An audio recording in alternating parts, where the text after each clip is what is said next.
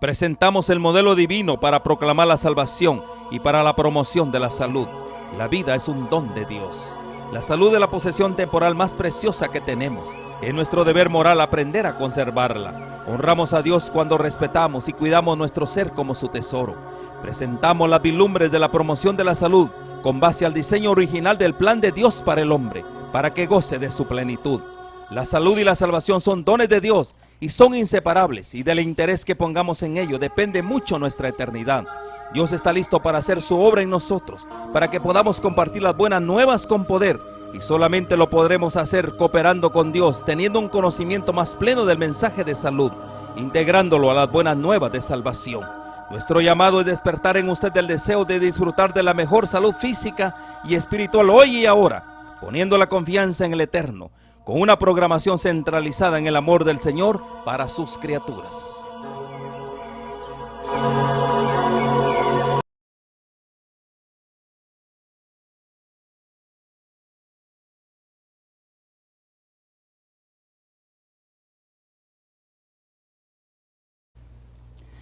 Hola, muy buenas tardes, queridos amigos. Queremos darle la bienvenida a nuestro programa de estudio de las profecías que tenemos los viernes de tarde. Darle gracias porque nos sintonizan y acá gozosos por compartir una porción más del estudio del libro de Daniel, en el cual estamos embarcados. No sin antes presentar a nuestros compañeros que nos acompañan, en ausencia de nuestro hermano Benedicto Álvarez. Él va a estar ausente un par de viernes por razones de actividad. Aquí tenemos con nosotros a nuestra hermana Lidia. Bienvenida, Lidia. Gracias. Gracias por acompañarnos. Gracias a usted.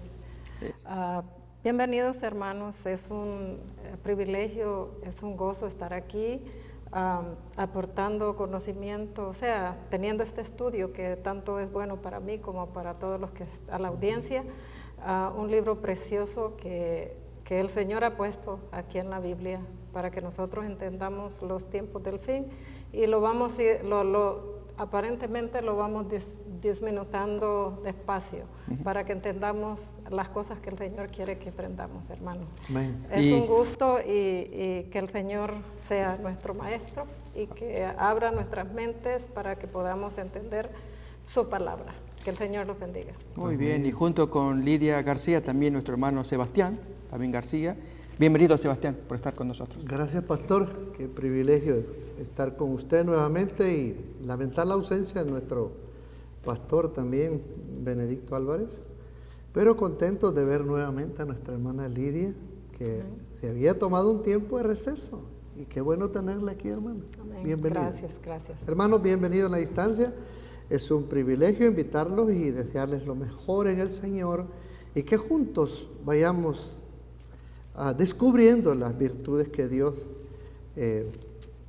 engalanó en la descripción profética en nuestro mensajero aquí, el profeta Daniel, a quien nosotros pues estamos dedicándole tiempo para conocer bien todo el tiempo. Amén. Y ubicarlo a él, o más bien dicho, ubicarlo nosotros donde él estaba, donde lo había llevado las circunstancias. Bienvenidos una vez más, que Dios les bendiga. Así entonces iniciamos nuestro estudio con una oración. Inclinamos el rostro, como siempre tenemos la oración. Pedimos la bendición. Querido Padre, que estás en el cielo, te damos gracias por este momento de estudio de la palabra. Pedimos tu bendición, la presencia del Santo Espíritu que guíe nuestras mentes, los corazones y también el corazón de los oyentes, para que todos juntos extraigamos sabias gemas de la palabra de Dios. Lo pedimos y agradecemos en el nombre de Jesús. Amén. Amén, Señor. Amén. Estábamos estudiando desde viernes atrás Daniel capítulo 1, varias porciones, tratando de sacar toda la riqueza que el texto tiene, porque creemos que lo tiene todavía. Y vamos a avanzar un poquito más. Consideramos que es muy importante la decisión que Daniel tomó allí con respecto a la comida y bebida que debía ingerir para prepararse durante aquellos 3 primeros años de entrenamiento que el rey había ordenado a manos de los encargados, y entonces al cabo de los cuales debían presentarse para que el rey los examinara. Daniel consideró sumamente importante la ingesta de alimentos, de modo que ello pudiera no solamente alimentar el cuerpo, sino especialmente permitir que no se intoxicara con el típico alimento de Babilonia. Vamos a ver para ello, repasar el capítulo 1, versículos 8 en adelante. Hoy nuestra porción de estudio va a abarcar aproximadamente hasta el versículo 16, pero lo iremos viendo por partes. Vamos entonces, Daniel capítulo 1, versículo 8 y la decisión que Daniel tomó. Y Daniel propuso en su corazón no contaminarse con la porción de la comida del rey, ni con el vino que él bebía. Pidió, por tanto, al jefe de los eunucos que no se le obligase a contaminarse. Voy a invitar a que abramos en la palabra de Dios un texto importante que tiene que ver con contaminación. Un principio que vamos a extraer acá es que una persona que conscientemente elige la voluntad de Dios y no contaminarse, Dios puede operar en la persona su voluntad. Amén. Si por el contrario la persona decide contaminarse porque no le da importancia o no lo entiende, no podemos esperar que Dios haga prosperar a la tal persona. El tema de la contaminación es importante. No hablamos de contaminación ritual, estamos hablando de otro tipo de contaminación, la que Dios muestra en Levítico capítulo 11, en los 2 últimos versículos. Luego que termina la discriminación de animales, los que se podían comer, los que sí, los que no, en fin, está la lista allí en Levítico 11. Los 2 últimos versículos, Dios da la clave. Vamos a ver entonces Levítico capítulo 11. 45. Aquí los 2 últimos versículos.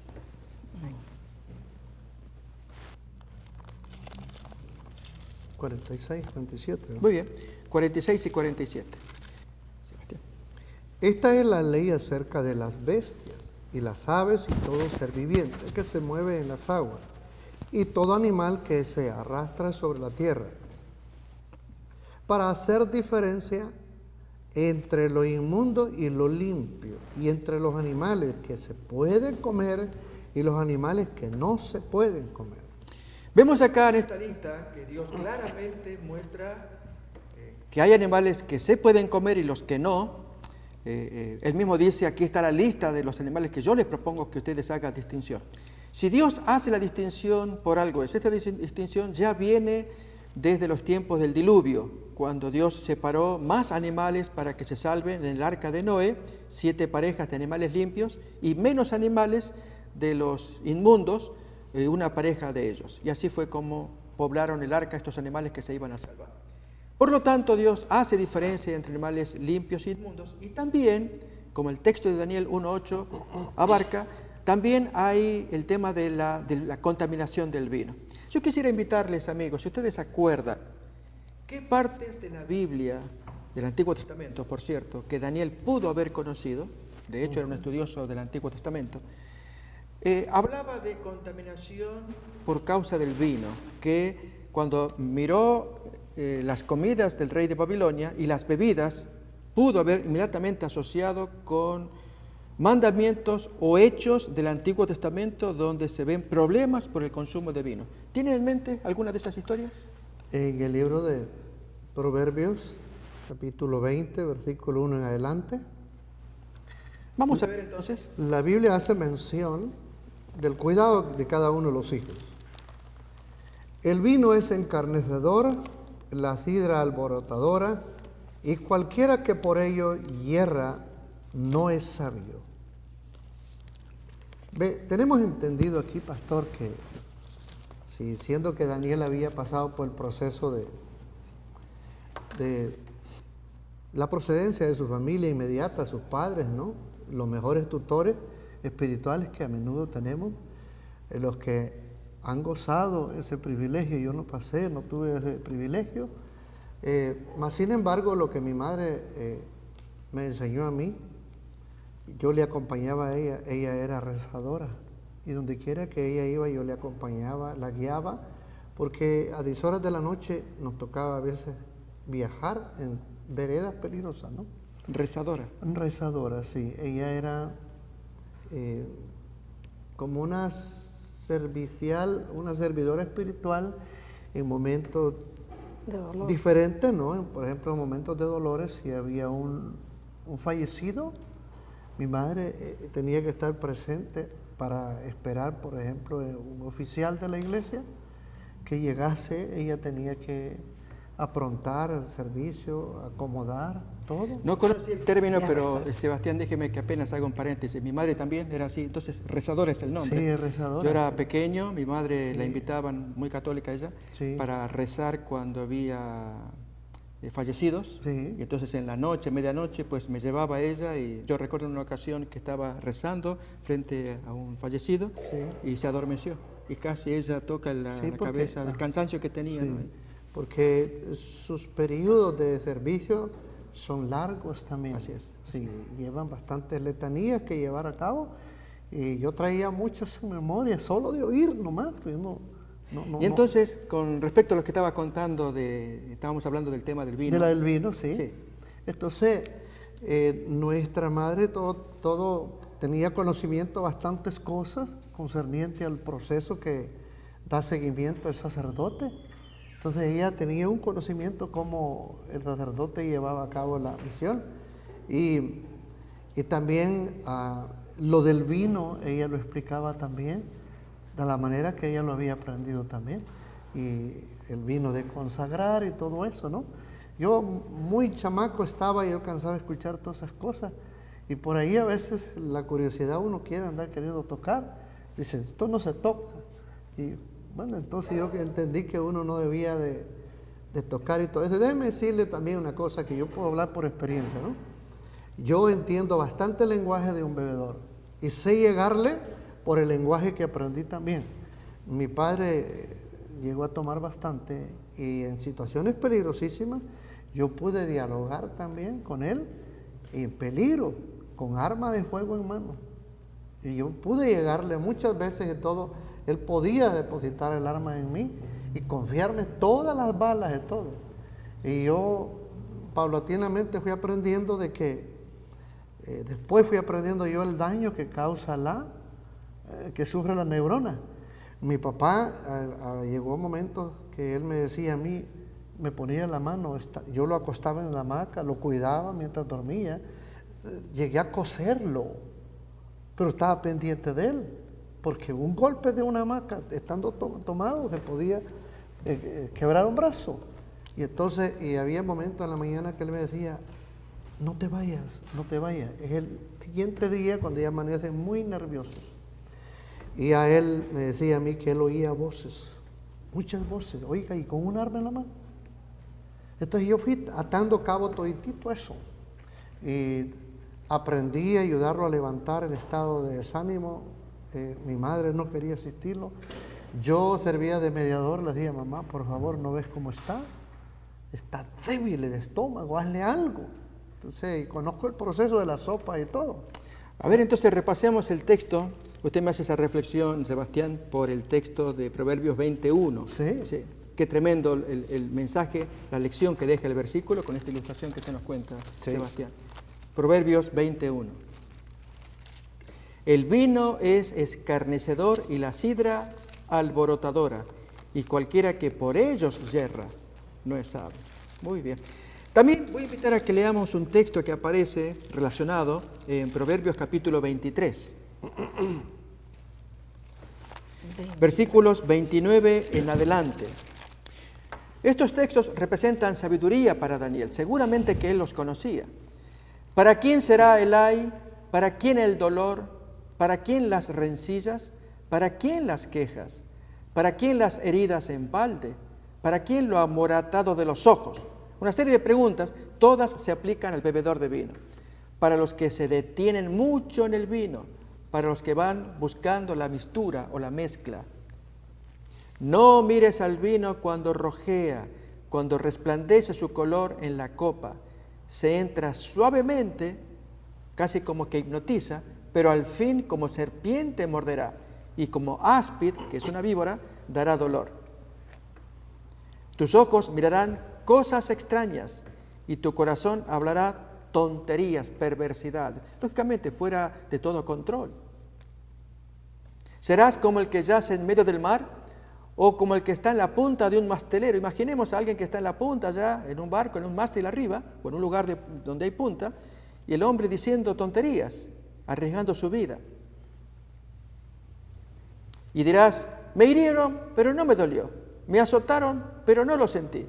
Cuando yo despertare, aún lo volveré a buscar. Notemos que no tiene solución una persona tal que bebe. Déjenme también, Sebastián y Lidia, contar una experiencia cuando fui niño. Teníamos un vecino bebedor de mi mismo apellido, Contreras, pero él se acercaba a mi madre, que era enfermera, además de rezadora, y le pedía alcohol. Entonces mi mamá le decía: don Contreras, ¿qué le está pasando? Yo soy enfermera, ¿le puedo ayudar? ¿Alguna dolencia? No, solamente deme alcohol nada más. Y mi madre, pues confiada, le entregaba alcohol de quemar. Él se conseguía algún trapo. ¿Y qué es lo que hacía el hombre? Ponía el alcohol en el trapo y se lo ponía directamente en el hígado. En el hígado. Por el vapor que penetraba la piel. El efecto del líquido, que en lugar de pasar por todas las corrientes sanguíneas, cuando uno lo ingiere y se distribuye, y finalmente va a parar al hígado y se sienten todos esos vapores y esas sensaciones, el hombre se ahorraba todo el camino, directamente lo mandaba al hígado. Él sabía la posición y tenía todas las sensaciones de embriaguez. Yo me quedé asombrado, al poco tiempo él falleció. Notemos que esto es lo que muestra el texto en los extremos de alguien que bebe. Pastor, me dio mucho gusto que usted estuviera citando los versículos anteriores, porque vinieron al pensamiento muchas cosas. Yo veía los efectos de personas que tomaban haciendo mixturas. Eran terribles los dolores de cabeza que ellos padecían. El que toma una sola cosa no es tanto como el que mezcla. Todo eso yo lo viví por asistir a mi papá. De hecho, dice usted, me castigaron, no me dolió. Yo desde muy temprano aprendí a usar el arma de fuego. Y bien la aprendí a usar. Porque yo cuidaba a mi papá, porque yo lo miraba que tambaleaba. Quería ponerle el brazo, por allá me mandaba a volar, yo estaba chamaco. Y él me decía: yo no necesito puntal, no necesito bastón, hazte a un lado, y un rigor. Pero como yo ya le había quitado el arma, yo traía el arma conmigo. Tenía una destreza, pero rápido para disparar. Pues yo limpiaba esa arma. Yo le daba el mantenimiento y todo. Pero hay hombres, ¿cuántos hombres no han muerto? Y le voy a decir por qué. De hecho, yo aconsejo a muchas personas que los veo tomar. Si no tienes amistades fuertes y tienes amistades dudosas, no tomes con pasado. Porque es inevitable. No es que yo le esté recomendando tomar, sino que ya tiene el vicio. Pero le decía yo: no te pases, porque alguna ventaja te pueden tomar. Y hay muchos hombres que los han matado. Cuando ya le ven en la mirada que ya pasa y ya no se puede parar, ahí se aprovechan y lo matan. Quisiéramos hacer una reflexión, queridos amigos, porque ahora vamos a ver un texto bíblico. Sí. Cuando Daniel en 1:8 dice que no quiso contaminarse con el vino del rey, lo hemos leído hace un momento, estamos haciendo reflexiones del efecto del vino que seguramente todos ustedes conocen también, de amistades, en fin, que hemos visto tomar. Pero miremos ejemplos bíblicos ahora. Hay un ejemplo bíblico muy grave donde Dios tiene que intervenir con sacerdotes que entran al templo a servir al Señor ebrios. Esas personas pierden la noción, la conciencia, la consagración de lo que están haciendo, al punto que Dios llama a esto fuego extraño. ¿Se acuerdan de qué porción está? Levítico 10. A ver, Lidia, si me acompaña, ella me puede leer. Sí, Levítico 10. Levítico 10. Es una historia apasionante. Allí hay una muerte, y otras lecciones más que ahora vamos a tener la lectura. Sí. Y es que cuando sobreviene la muerte a estos dos ebrios, extrañamente Dios le pide al papá, a Aarón, que no llore, que no haga duelo, que guarde silencio. Dolorosísimo para un papá que ve perder de sus 4 hijos a los 2 mayores por causa de la ebriedad. Pero ¿por qué la orden?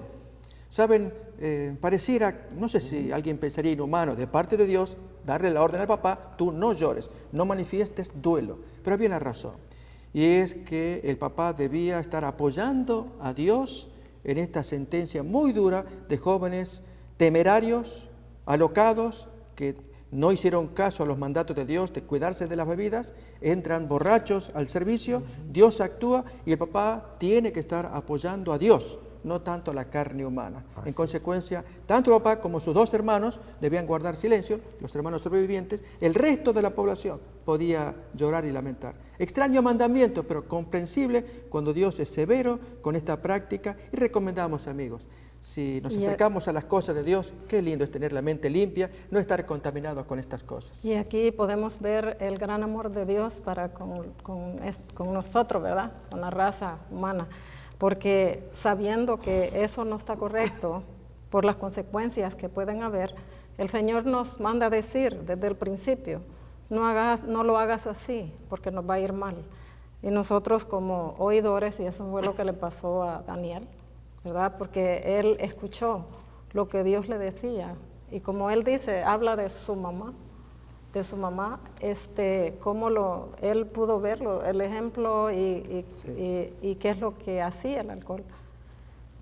Qué precioso Levítico 10. Cuando uno escucha, ¿verdad? A Dios. Sí. Y dice en Levítico 10, capítulo 1. Capítulo 10, verso 1. Sí. Versículo 1, capítulo 10. Levíticos. Nadab y Abiú, hijos de Aarón, tomaron cada uno su incensario y pusieron en ellos fuego, sobre el cual pusieron incienso, y ofrecieron delante de Jehová fuego extraño, que él nunca les mandó. Y salió fuego de delante de Jehová, y los quemó, y murieron delante de Jehová. Eso 3. Entonces dijo Moisés a Aarón, esto es lo que habló Jehová diciendo, en los que a mí se acercan me santificaré, y en presencia de todo el pueblo seré glorificado. Y Aarón cayó. 4. Y llamó Moisés a Misael y a Elzafán, hijos de Uziel, tío de Aarón, y les dijo, acercaos y sacad a vuestros hermanos de delante del santuario, fuera del campamento. 5. Y ellos se acercaron y los sacaron con sus túnicas fuera del campamento, como dijo Moisés. Verso 6. Entonces Moisés dijo a Aarón y a Eleazar e Itamar, sus hijos, no descubráis vuestras cabezas, ni rasguéis vuestros vestidos en señal de duelo, para que no muráis, ni se levante la ira sobre toda la congregación, pero vuestros hermanos, toda la casa de Israel, sí lamentarán por el incendio que Jehová ha hecho. Ni saldréis de la puerta del tabernáculo de reunión, porque moriréis, por cuanto el aceite de la unción de Jehová está sobre vosotros, y ellos hicieron conforme al dicho de Moisés. Y Jehová habló a Aarón diciendo, 9.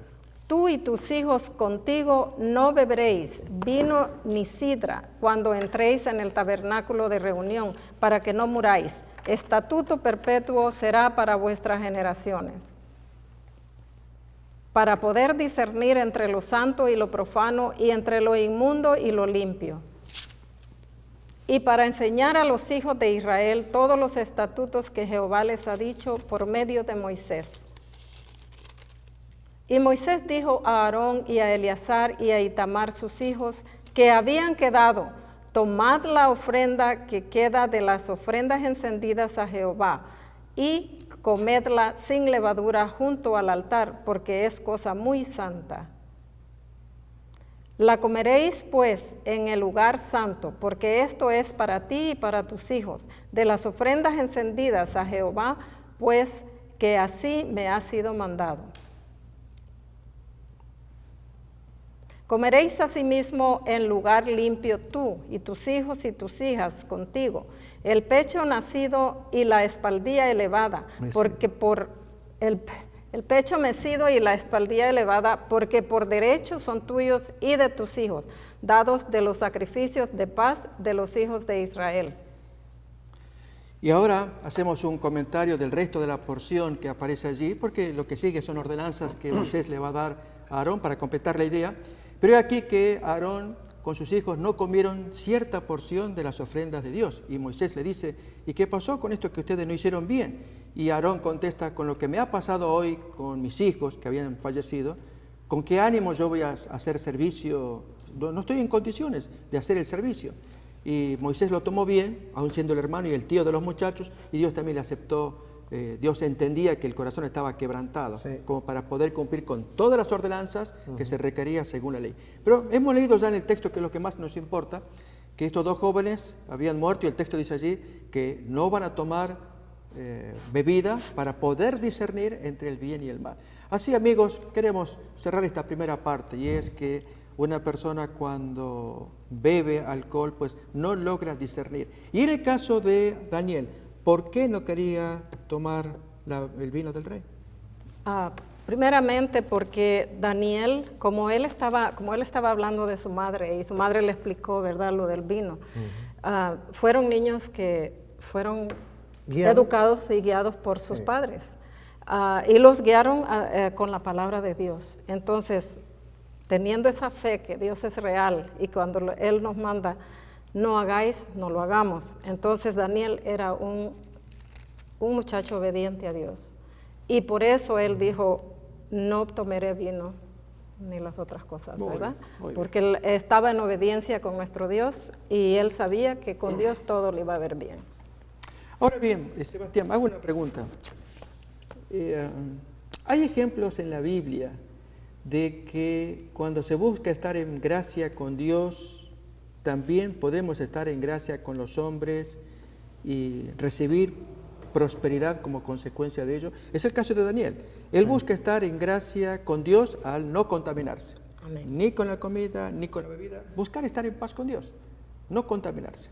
Pero hay aquí que el texto nos va a decir a continuación en el 9 que entra en gracia con los encargados, y felizmente le va bien. Ahí tenemos versículo 9, a continuación de la decisión de no contaminarse. Y puso Dios a Daniel en gracia y en buena voluntad con el jefe allí de los encargados de todos los muchachos. Así que ya estaba Daniel en gracia con Dios por no contaminarse ni con la comida ni con el vino, y en gracia con las personas. ¿Se acuerda usted de algún ejemplo bíblico similar de estar en gracia con Dios y con los hombres?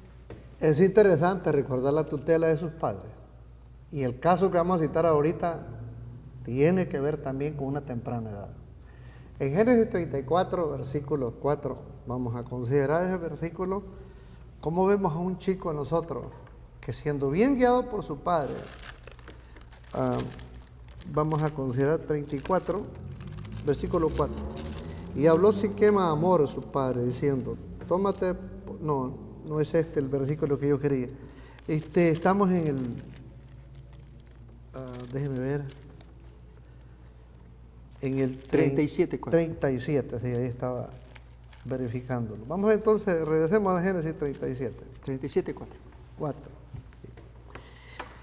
Y viendo sus hermanos que su padre lo amaba más que a todos sus hermanos, le aborrecían y no podían hablarle pacíficamente. Versículo que sigue, y soñó José un sueño y lo contó a sus hermanos, y ellos llegaron a aborrecerle más todavía. Pregunto, Sebastián, ahora que estamos mirando este caso de José, que era más amado que el resto de sus hermanos. Es verdad, el papá era muy anciano. Sí. Pero ¿era meramente una preferencia de anciano hacia el más pequeño? Era el menor hasta ese momento, luego nacería Benjamín más adelante. ¿Era de un anciano la preferencia hacia un joven, o había otras razones por las cuales Jacob había depositado cariño en ese hijo? Recordemos que Jacob había tomado 2 mujeres, ¿verdad? Y entonces, entre todo eso, se estaba viendo un papel allí todo bastante como preferencia y todo, ¿no? Y sin embargo, vemos el cuidado que él tiene con este joven. También entre los hijos que hay, los padres reconocemos que hay algunos hijos que son más obedientes. Y en la enseñanza de su padre, la tutela y todo, este joven era bien, pero bien cuidadoso de las enseñanzas tempranas para él de parte de su padre. Ambos se amaban bastante todo, y este muchacho era gracioso para con su papá. A ver, ¿qué opina Lidia? Cuando estaba leyendo el texto y las explicaciones, me dio gusto, porque la verdad que el Señor es grande y bueno, y por siempre es su misericordia.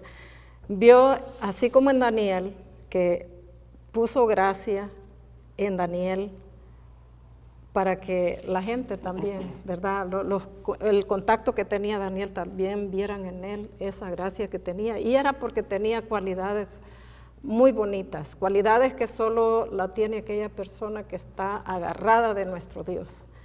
Y esas cualidades son la cortesía, la gentileza y la fidelidad. La fidelidad es la obediencia y la confianza que ellos tenían en Dios. Me imagino que Jacob le había educado también de todas sus experiencias que había tenido, ¿verdad? Porque en ese tiempo solo tenían esa parte, no tenían todavía el libro del Antiguo Testamento. No.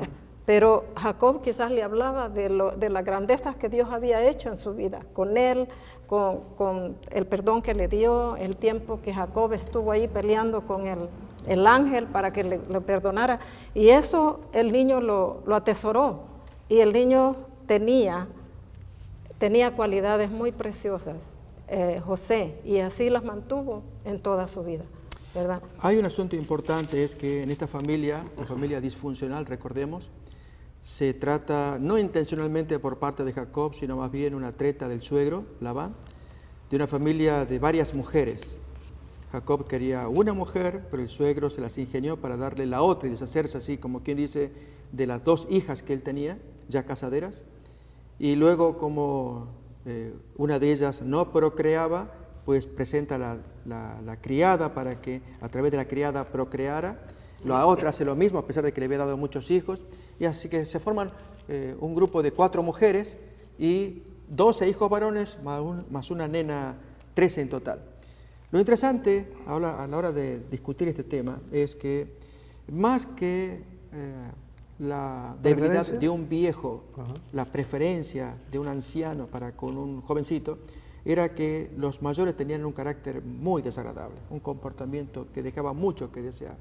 Esto se va a observar incluso porque el papá va a pedir que José vaya a averiguar a ver cómo se están portando. Y los hermanos le tienen rabia, no ven que el papá ve en ese hijo o un hijo obediente, que obedece, que ama a su padre. Padre e hijo se aman mutuamente, y estos hermanos más bien ellos tienen en su corazón mucha envidia, resentimiento, odio, ¿no? Sí. Al punto que el texto nos va a contar que los hijos de las criadas eran más indisciplinados. Eran 4 jóvenes y ellos eran los que más creaban problemas. Pensemos en los mayores, finalmente ellos provocaron situaciones muy dramáticas. Rubén, que se acostó con la criada vecina, no era de la mamá sino de la otra mujer, vamos a llamar de la tía. Luego el hijo, el que le seguía a Simeón, fue el más violento para matar a José, el odio que le tenía, y los otros 2 que le seguían, Leví y Judá, estuvieron muy involucrados en la matanza de la gente de Amor y Siquem por la violación de su hermana Dina. Así que los hijos mayores no había cosas deseables, se nota un comportamiento muy desagradable que el mismo padre se escandaliza al enterarse de estas cosas, ¿no? En cambio, José es tan distinto. Así que creo que es importante señalar este aspecto, que José tenía temor de Dios, Dios lo va a escoger a él, porque él tiene paz con Dios, una relación con él y que se refleja en la relación que tiene con el papá. Entonces, al estar en gracia con Dios, luego puede estar en gracia con los hombres. Amén. Leamos, por ejemplo, el versículo 25. ¿Cómo es tus hermanos? Dice que estando ellos buscándolo a José, porque querían saber de él. Génesis 37, 25. Y en un momento en que quisieron comer, ¿no? Y se sentaron a comer pan. Alzando los ojos miraron, y he aquí una compañía de ismaelitas que venía de Galaad, y sus camellos traían aroma, bálsamo y mirra, e iban a llevarlo a Egipto. Verso que sigue. Entonces Judá dijo a sus hermanos: ¿qué provecho hay en que matemos a nuestro hermano y encubramos su muerte? Verso que sigue. Venid y vendámosle a los ismaelitas, y no sea nuestra mano sobre él, porque él es nuestro hermano, nuestra propia carne, y sus hermanos convinieron con él. 28. Y cuando pasaban los madianitas, mercaderes, sacaron ellos a José de la cisterna, porque ya lo habían metido ahí, ¿no? Y le trajeron arriba y le vendieron, y los ismaelitas por 20 piezas de plata, y llevaron a José a Egipto. Ahora, cuando uno ve el acontecimiento de esto, uno puede mirar cómo ellos, en el capítulo 39, verso 1 en adelante, explica lo que usted me pregunta, ¿verdad? Una vez que este joven, habiendo tenido el buen porte con su padre, habiendo aceptado la tutela de su papá y todo, y viendo el cuadro negativo, ¿sabe que es parecido al cuadro que yo he vivido en mi vida? Y usted me ve a mí ahora hablando aquí y todo. Yo vengo de una línea bastante parecida así. Y en menos de una milla, mi papá había podido hacer todas estas cosas. Y sin embargo, yo nunca le guardé nada, rencor, nada a mis hermanos. Y siempre procuré hacerles el bien. Y hasta el día de hoy yo tomo la iniciativa en visitarlos a esos otros hermanos que no son de la primera esposa. Tomo la iniciativa, los visito y todo. Aunque yo puedo leer en ellos todo eso, yo podía sentir ese espíritu también y todo. Y desde entonces yo hice una elección y todo de no meterme en ese asunto, porque yo jamás voy a juzgar a mi madre ni a mi padre tampoco, ni mucho menos a la esposa que tenía mi papá. Creo que la lección más importante que podemos extraer y que seguimos extrayendo con más ejemplos de la Biblia es que, como pasa con Daniel, el estar primeramente en paz con Dios. Acordémonos que el texto 1.8 dice que propuso no contaminarse con las cosas de la realeza para mantenerse puro en buena relación con Dios. Entonces, si se está en paz con Dios, Dios le provee gracia para poder estar en paz con la gente y en situación desventajosa poder influir, afectar, hasta vencer, convencer a quienes son sus captores, en este caso el rey Nabucodonosor y Aspenaz y toda aquella gente que están sobre Daniel.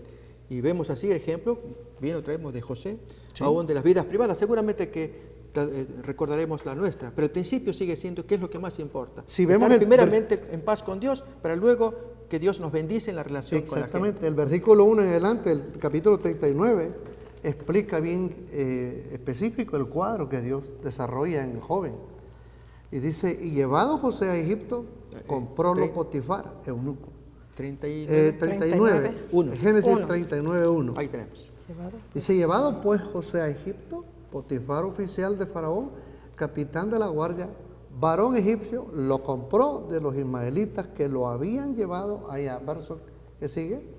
Mas Jehová estaba con José, y fue varón próspero, y estaba en casa de su amo, el egipcio. Verso 3. Y vio su mano, que Jehová estaba con él, y que todo lo que él hacía, Jehová lo hacía prosperar en su mano. Verso que sigue. Hacía yo José gracia en sus ojos, y le servía, y él le hizo mayordomo de su casa, y entregó en su poder todo lo que él tenía. ¿Qué le parece? Hago esta pregunta, hermanos. ¿Cómo podemos estar seguros de que la apariencia exterior no necesariamente revela la bendición o no de Dios? Esto es, el texto que estamos leyendo dice que Dios estaba con José, lo hacía prosperar, pero la situación de José era adversa. Él era esclavo, no veía a su padre, estaba lejos de su familia. Como un vulgar esclavo capturado allí. Domado, ¿sí? Siendo domado. Entonces uno pensaría, ¿dónde está la bendición de Dios? Está lejos de su padre. El texto dice que estaba Jehová con él. La pregunta que hago es, ¿cómo podemos decir que tenemos la bendición de Dios si estamos viviendo situaciones adversas, como José en este caso? En el libro de Hebreos, capítulo 11, versículo 6, habla de un antecedente espiritual de temprana infancia. Podemos verlo. A ver. Hebreos 11, 6. Pero sin fe es imposible agradar a Dios, porque es necesario que el que se acerca a Dios crea que le hay y que es galardonador de los que le buscan. La fe es algo que Lo dice el versículo 1 de ese mismo capítulo. Así es. La fe es la respuesta de un acto presente negativo. Después la fe, la certeza de lo que se espera, la convicción de lo que no se ve. Y yo figuro que el joven prefiguraba un día la puerta donde encontrar la salida. Así es. Creo que otra pregunta negativa, Sebastián y Lidia también. Estamos hablando de lo que significa la bendición de Dios, la miramos en el caso de José, es evidente, capítulo 39, versículo 2, 3, 4, ahí se habla de que Dios estaba con José en la situación adversa. Creemos lo mismo con el caso de Daniel, que es nuestro protagonista. Exactamente. Pero la circunstancia externa dice otra cosa. Entonces, ¿cómo yo puedo convencerme? Si lo viera Daniel, Daniel podría tener paz, digamos, porque quiere no contaminarse con las comidas reales, las bebidas reales, y cae en gracia, convence, tiene buen genio, buen talante, pero decir que ello es bendición de Dios, como yo acostumbrado a ver la bendición de Dios como prosperidad, como que me va bien materialmente, ¿cómo puedo ver esto como prosperidad en situaciones de desventaja como Daniel, que estamos estudiando, o aún José? ¿Dónde está la bendición de Dios? Bueno, mire, perdón, quiero, tome la palabra después, la hago yo. Lidia. Es muy interesante, la verdad, cuando uno confía en Dios y hace la voluntad de Dios, sabiendo de que Él está en nuestras vidas. Y José ya había visto, como Daniel, que el Señor siempre estaba con ellos, ¿verdad? José, a pesar de que fue llevado de un hogar donde tenía muchas comodidades, digo yo en ese tiempo, ¿no? Sí, porque eran ricos, y luego ser llevado como esclavo. Pero él nunca hizo un complaint, nunca dijo nada, nunca renegó, porque él sabía que había un Dios que siempre estaba con él y que todas las cosas, como dice en los versículos aquí, todo le venían a bien y todo lo que él hacía prosperaba. ¿Pasa eso con Daniel también? Y pasa lo mismo con Daniel.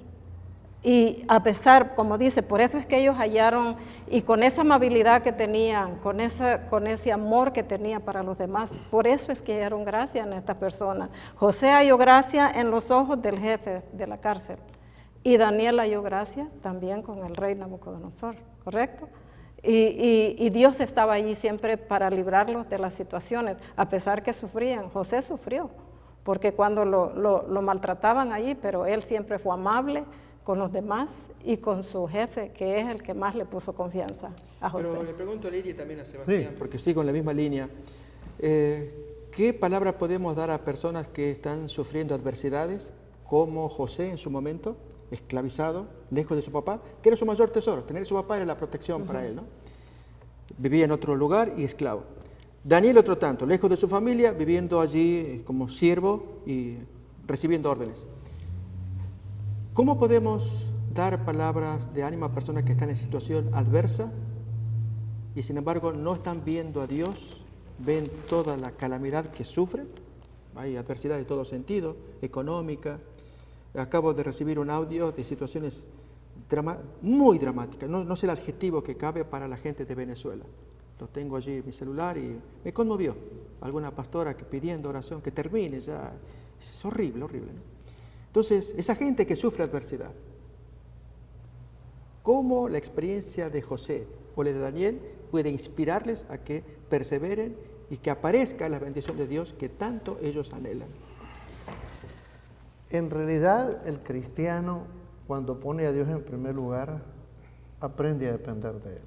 Amén. Yo le voy a decir algo. Mi padre a mí me instaba a beber, que yo aprendiera a beber. Y yo le dije, papá, yo soy el que te cuido. Pero la bebida se hizo para los hombres. Papá, no me digas eso. Yo estoy para cuidarte y que todo esté bien contigo. Yo vi todo ese cuadro y hay una lección que yo aprendí más tarde que dice, la mejor medicina para no entrar en un proceso de beber sustancias que perjudiquen el alma es ver las cosas que hacen las personas cuando están desequilibradas por el efecto de las sustancias que han tomado. Yo aprendí tanto esa lección y la apliqué a mi vida. Y en el caso de la pregunta que usted me hace todo, si nosotros entendemos que el ser humano no se harta de dinero ni de bienes materiales, sino que la herencia que él tiene en su alma es Jehová, uno tiene que aprender a esperar, porque Dios no falla. Si Dios promete estar con sus hijos todos los días, aunque yo no vea venir, Él prometió. Él prometió. Y en el versículo 9 vemos nosotros, habiendo dicho Nabucodonosor, busca entre los jóvenes de los emigrados, los mejorcitos, llámele un test. Ellos habían pasado la prueba. Según el versículo 4 dice que ellos tenían las cualidades que buscaba el rey, sin tacha. Y luego viene el proceso de la capacitación para ellos todos. Este hombre rey que los está escogiendo, también les da un tiempo de preparación e va a invertir él en ellos.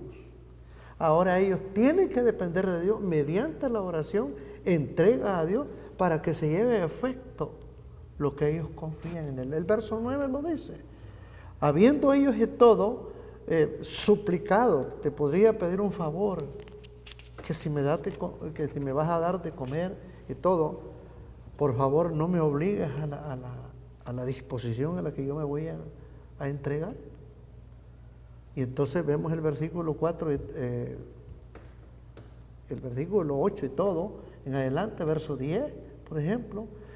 Hubo temores, hubo riesgos, que si ellos accedían a lo que les pedían, ellos podían perder sus propias vidas.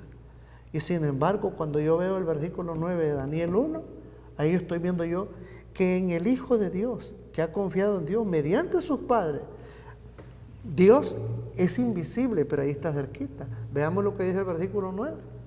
Mire. Daniel 1.9. Daniel 1.9. Mire. Y puso Dios a Daniel en gracia y en buena voluntad con el jefe de los eunucos. Yo me pregunto, ¿cómo puede tener buena voluntad un joven que ha sido exprimido en esa larga caminata y todo? Y ahora en un tiempo corto y todo, se le mete en un proceso a él de todo de capacitación, estando maullado por ese viaje y todo. Bueno, es que no hay que pedir mucho gusto porque eres esclavo. Y aquí nosotros estamos para las órdenes y no para que nos vengan a poner las condiciones con nosotros. Por eso el hombre tenía que aprender cómo pedir las cosas, porque él las tenía todas en contra. Lo único la gran diferencia que hace un hijo de Dios en tal situación es que Dios ha prometido estar con uno. Quisiera traer un texto. Sí, Lidia. Quería yo hablar también para aquellos que están sufriendo situaciones y que parece que no miran nada resolverse. La salida, ¿no? Sí, la salida. Yo quiero decirles por experiencia propia que todas las situaciones que han pasado en mi vida, yo siempre he tenido a Dios en primer lugar. Y uno se aguanta, pero uno sabe que cuando la oración es sincera, el Señor contesta la oración. Por eso dice, la oración del justo, el Señor la contesta. Nosotros lo que tenemos que hacer es leer la palabra de Dios, entender qué es lo que el Señor quiere que hagamos, la obediencia en primer lugar, y la oración, y todo lo demás viene por añadidura. De allí le enseña el Señor a ser amable, a ser confiable, a ser amoroso con los demás, a confiar en el Señor, y a veces la respuesta no llega inmediatamente, sino que se tarda, pero la respuesta va a llegar. Tenemos que tener paciencia, por eso hay un versículo que dice, en Dios esperaré, el Señor me contestará a su tiempo, no al tiempo de nosotros. Yo les quiero contar, no sé, yo soy del Salvador, y en este tiempo, El Salvador ha estado viviendo situaciones difíciles, familias siendo criminadas. Criminalidad. Sí, mucha criminalidad, familias enteras que han destruido. Y tengo una hermana aquí en la iglesia que nos poníamos en oración. Y nosotros le pedíamos al Señor que se manifestara, porque ya no queríamos oír, porque tanta gente sufriendo. Y de repente como que vino la contestación y nos trajo un presidente en el cual todos estamos muy contentos. Y yo sé que van a haber cambios y van a combatir la criminalidad. Y esa es una oración contestada para nosotros. Y así muchas en nuestras vidas, cuando tengamos situaciones con nuestros hijos, con cualquier cosa, solamente agarrémonos de la mano del Señor, porque Él es el que nos va a contestar. Leamos un pasaje bíblico que está en Filipenses 4:7, hablando de la vida de estos jóvenes, o donde nos tocara vivir a nosotros, y cómo dirigirnos para con los demás. Y la paz de Dios, que sobrepasa todo entendimiento, guardará vuestros corazones y vuestros pensamientos en Cristo Jesús. Entonces, la gracia que Dios ponía en Daniel y sus amigos y todo, hacía ver un rostro en ellos de súplica, amable según el rostro poderoso que tenían aquellas personas por el poder que se les había dado. Pero Dios hacía en ellos todo posible. Quisiera agregar un texto importante que fue la base del título del tema de hoy, que es En gracia con Dios y con los hombres. Y el texto que vamos a leerlo se encuentra en Lucas, capítulo 2. Vamos a mirar allí la experiencia de Jesús. Capítulo 2, versículo 48, cuando los papás de Jesús se encuentran con él, dice, cuando lo vieron se sorprendieron y le dijo a su madre, hijo, ¿por qué nos has hecho así? He aquí tu padre y yo te hemos buscado con angustia. Entonces él les dice, ¿por qué me buscabais? ¿No sabíais que en los negocios de mi padre me es necesario estar? Mas ellos no entendieron las palabras que él les habló. Y descendió con ellos y volvió a Nazaret y estaba sujeto a ellos. Recordemos que él tenía 12 años. Y el texto dice, y su madre guardaba todas estas cosas en su corazón. Y Jesús crecía en sabiduría y en estatura. Estos son los aspectos, 4 aspectos de la vida de todo ser humano, ¿no? Sabiduría tiene que ver con el aspecto de la inteligencia, la mente, la estatura con el aspecto físico. En gracia para con Dios es el aspecto espiritual y en gracia para con los hombres el aspecto social. Notemos que si se está en paz con Dios, también se va a estar en gracia para con los hombres en lo que respecta a la ferviente oración. Aquí es un punto que vale la pena remarcar y que se observa en Daniel. Daniel es un hombre que ora mucho. Y esa es la recomendación que también damos a los amigos que están como Daniel o como José en situaciones de adversidad. Que a veces uno quiere cambiar, pero nunca perder la comunión con Dios en oración. Amén. Para que entonces Dios nos dé la gracia para expresarnos. Es más, hay cuántas cosas que edifican el espíritu, la manera de pensar, de hablar, de dirigirnos, en lugar de maldiciones, hay esperanza y Dios se deleita viendo cómo se forma ese hijo en el temor de Dios. Las últimas palabras, mis amigos, de lo que estamos mirando acá en Gracia para con Dios y los hombres. Es interesante entender todo esto porque aunque Daniel y sus amigos quisieran evitarlo, Dios los puso en esta encrucijada también para probarlos. Dios desea que cada uno de sus hijos sea probado y puesta en marcha la fe de cada individuo y que no dude en confiar en Dios porque Dios ha prometido estar con cada uno de sus hijos. Muy bien. ¿Lidia? Sí, lo mismo, nosotros tenemos que ser hacedores de la palabra de Dios y obedecer y hacer lo que el Señor nos manda. Si el Señor dijo, no toméis vino y no comáis, el Señor sabe por qué, cuántas enfermedades no nos traen las comidas. Así es que tenemos que ser sabios en nuestras decisiones, siempre apegados a la palabra de Dios. Amén. Esa es mi reflexión. Y justamente con ello, sabiendo que estamos obedeciendo la voluntad de Dios, Dios luego entonces nos va a guiar en la relación con los demás, aunque estemos en adversidad, perseverando en oración. Dios finalmente da su respuesta sabia, su bendición. Pasó con el caso de José, pasó con el caso de Daniel, pasa también con el caso de Elías en Santiago 5, con el caso de Job, en sinnúmeros casos. Y va a pasar con el caso de ustedes también si están en esa situación. Gracias, amigos, por acompañarnos. Que Dios los bendiga. Amén. Y seguiremos en la siguiente emisión. Amén. Amén. Estamos viviendo en el tiempo del fin. predicho por el profeta Daniel. Estamos por enfrentar eventos que sucederían antes del regreso de Cristo. Es como un aviso del futuro y no es atractivo. Es el drama de nuestro mundo.